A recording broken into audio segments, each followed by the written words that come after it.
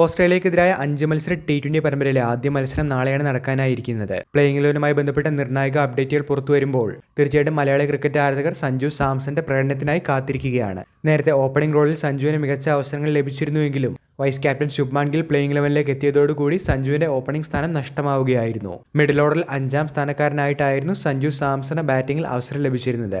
എന്നാൽ ഏഷ്യ കപ്പിൽ ഉൾപ്പെടെ ലഭിച്ച റോൾ ഭംഗിയായി തന്നെ സഞ്ജു മധ്യനിരയിൽ നിർവഹിച്ചിരുന്നു.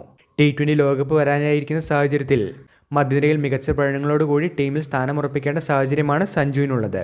കാരണം ജിതേഷ് ശർമ്മ ഉൾപ്പെടെയുള്ള മികച്ച താരങ്ങൾ പ്ലേയിങ് ഇലവനിലേക്ക് അവസരം കാത്തു പുറത്തുണ്ട്. വിക്കറ്റ് കീപ്പർ റോളിൽ മിഡിൽ ഓർഡർ ബാറ്റ്സ്മാനായി 5ാം നമ്പറിലായിരിക്കും സഞ്ജു ഇറങ്ങുന്നത്. ഇതുമായി ബന്ധപ്പെട്ട നിർണായക സൂചന തന്നെയാണ് കോച്ച് ഗൗതം ഗംഭീർ T20 മത്സരങ്ങൾക്ക് മുന്നോടിയായി നടത്തിയ പ്രസ് മീറ്റിൽ പറഞ്ഞത്.